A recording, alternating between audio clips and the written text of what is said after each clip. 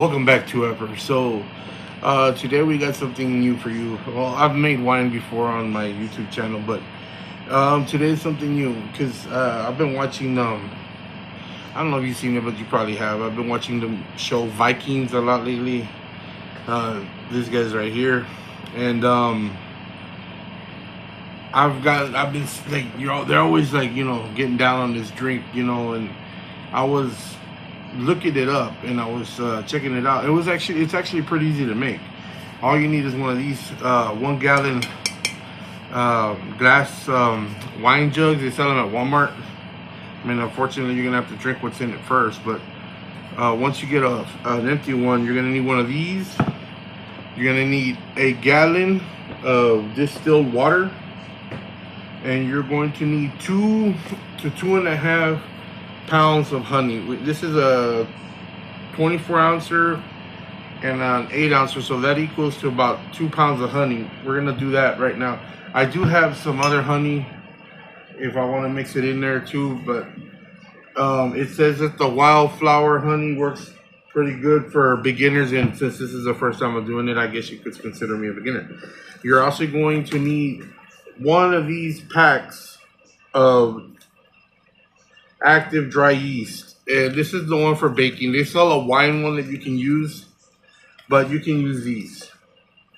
And basically, and you're going to need something. The way I'm gonna do it, and I couldn't find them to save my life. I'm going to use a balloon, just one of the big party balloons, and what you do is you poke a hole in the bottom of it, and you're gonna put it here, and that, because of the yeast and all that, it's going to create gases inside when it's fermenting. And if you put a lid on it, it's liable to pop and break. So what the balloon does, it keeps stuff from getting in and ruining your wine or your mead.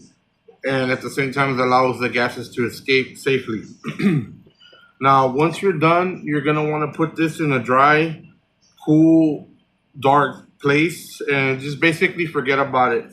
I'm going to leave mine for a month because that's what I usually leave my wines for, and then I'm gonna check it to see how it's doing, and I'll make a second video of the tasting. And what you're gonna want to do is you're gonna want to take all the wine out, and there's gonna be a sediment at the bottom, and you're gonna want to not take that. You're just gonna want to take the wine, like try not to mix it so much out. I'll probably do a video of how I get it out of here and into maybe nice bottles or maybe mason jars, I don't know. So this roughly is going to make 1 gallon of mead, which is the drink of the Northmen. So let's go ahead and get started. We're gonna get started with this little one here of local Good Flow honey out of Austin, Texas. It is pure wildflower honey. So we're gonna go with this first. And then what you're gonna want to do once you get all that incorporated and mixed in, you're gonna want to shake it up and make sure that you try to dissolve you dissolve it as much as you can. So this part's gonna be kind of tedious. I'll try to get through it as fast as possible without having to do a over speed lap or whatever. And I might add some of this other honey just because this is a very light colored honey. And I'm pretty sure that the color of the honey is going to equal the color of the mead. And I think I would like it a little bit darker, so I might add some of this other honey. And it's not the same brand, but it is a 100% organic, raw, and unfiltered honey. So we're going to probably add a little bit of that and see how that goes. Probably half of it, I think we'll add, and that'll be the half a pound we need to make a full 3 pounds of honey, or the half that it asks for. So probably it will. I mean, I'm pretty. See, what creates alcohol is the sugar. Once sugar ferments, it creates alcohol. So the more sugar you have in something, the better the alcoholic volume. Now, I'm trying to follow the recipe as best as I can since this is our first time. In the end, you can always tweak it. I've seen recipes that add cloves. I've seen recipes that add fruit like berries, cinnamon sticks, and right now we're gonna keep it pretty simple. Just the honey, yeast, and water. And if this works out, maybe we'll graduate later on and make something a little bit more, I guess you could say, professional, if that's the way you can describe making your own alcohol. So, okay, that's 2 pounds of flour, of pure flour, wildflower honey. Now let's get some of this in there. So this is 16 ounces, so this is a pound. And I don't know, we might just throw the whole thing in there. Oh man, I'm sorry. I couldn't help myself. I love honey. Fun fact, and I don't know if a lot of people know this, but honey is one, if not, I'm not sure if it's one or the only food in the world that does never go bad. And I had this argument with people all the time. Honey does it never goes bad. Now what it does, it's going to crystallize. A lot of the times it'll crystallize, but you can just run it under hot water or heat it up, and it'll liquefy again. But that honey will be good for a long time. It'll probably outlive me for sure. Well, here we go. That's three. We went ahead and did the 3 pounds of honey. So there it is. Okay, let me pick it up so you can see it. That's 3 pounds. Don't that look good? I just want to swim in that. 3 pounds of honey.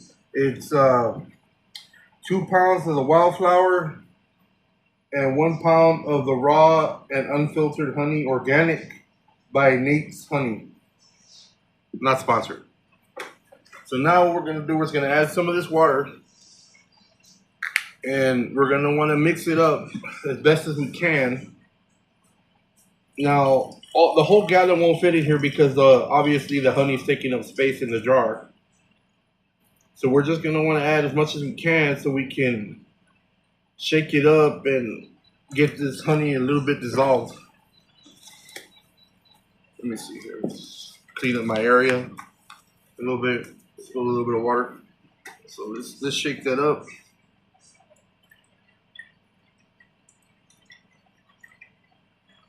This is the hard part.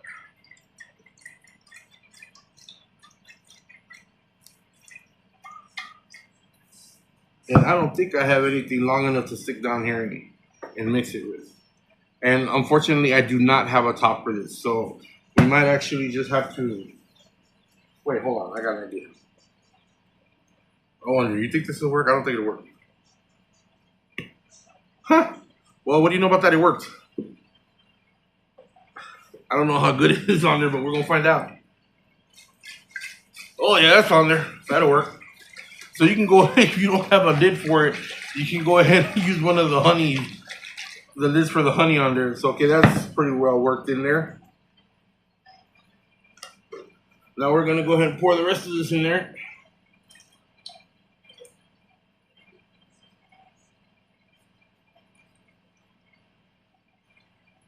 I want to tell you right now, the smell that's coming out of this jar right now, that is some good stuff right there. I'm trying not to spill anything. Did y'all ever watch Family Matters? Urkel used to do this deal when he was mixing chemicals. He was like, "Shh, not what I'm pouring." So yeah, just trying to, not make too much of a mess.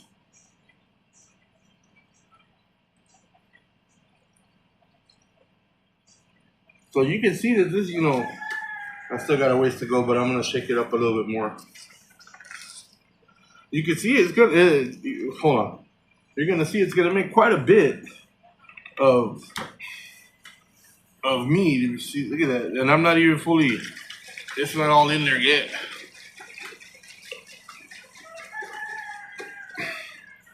Oh yeah, we're gonna get all that incorporated, all that good stuff. And we haven't even added the yeast yet. We'll go ahead and do that here in a minute too. So, I mean, a lot of times these things, people like to overcomplicate. But you got to remember, I don't think that the Vikings or Northmen had yeast per se. I know they used the yeast from the honey and other flowers and you know tree barks and berries and such. Then that added its own yeast. So we have it pretty easy. Having you know uh, produced yeast. And like I said, I'm using bread yeast. You can use wine yeast, but it says that you can use bread yeast, so we're just gonna do that because that's what I have. And I don't know, I haven't been able to find wine yeast where I live at. So, let me see here. Try to get all this stuff. So it says to go ahead. See, these are the packs. These are the packs. This is the Fleshmans. This is what I like to use for all my wines. And it's 3 1/4 ounce packs. So you're gonna use one for this jar. Gotta be careful with it because I've opened these too quick and it just goes everywhere. There we go. So you're just gonna use one of these deals. Normally I have a pair of scissors. I have no idea where they went. So, and a lot of times you can go ahead and mix this in a little bit of water and then kind of pour it in there. But like we're just gonna go ahead and do it and mix it up pretty good. And what happens is the yeast. I'm gonna actually put a little bit more in there because I dropped a bit, and I want it to be as close to the measurement as it can be. So a lot of the yeast is gonna eat. The yeast feeds off of the sugar. I'm sorry, I'm stuttering. The yeast feeds off of the sugar, and that helps it to create fermentation. That's good enough, I think. So the more sugar, the more the yeast has to feed on, and stronger the alcohol, to be honest. And we're gonna go ahead and give that another shake. If I can find my little top that I was using, it's right here. We're gonna give that another shake and then add a little bit more water. We're gonna want to get it to about, well, actually, to about right there is perfect. We don't want to get it any higher than that because it might be a little too much for the jar. So let's go ahead and get all this incorporated. Let me clean this up a little bit here. Keep your workstation clean.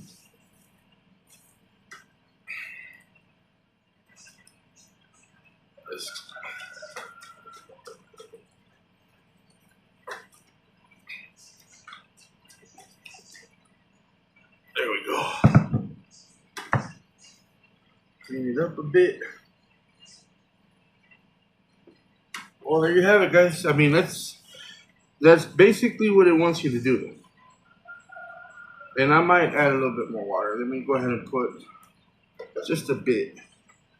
Just, from to make sure that I'm dotting all the I's and crossing the T's.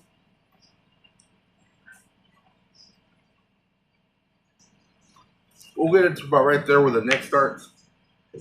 And you can see we did not use all the water because, like I said, the honey takes up space as well.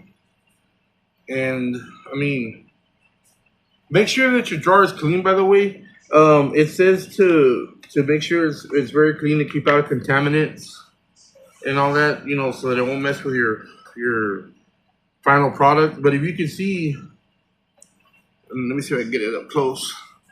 If you can see right there, you can kind of see it working already, and yeast kind of, feeding and coming to life. Well, ladies and gentlemen, and remember, you're gonna put a balloon up here. They sell wine making corks that have a little deal on it that helps to relieve the pressure and all that, but a balloon will do the same thing. And it's, we're trying to do this as budget friendly as possible. So, I mean, all in all, this cost me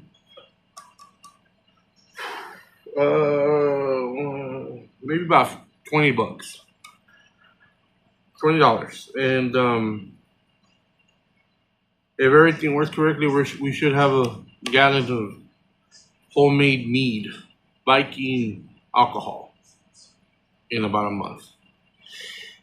Thanks for watching. Make sure you like, share, and subscribe, and we'll see you on the next one.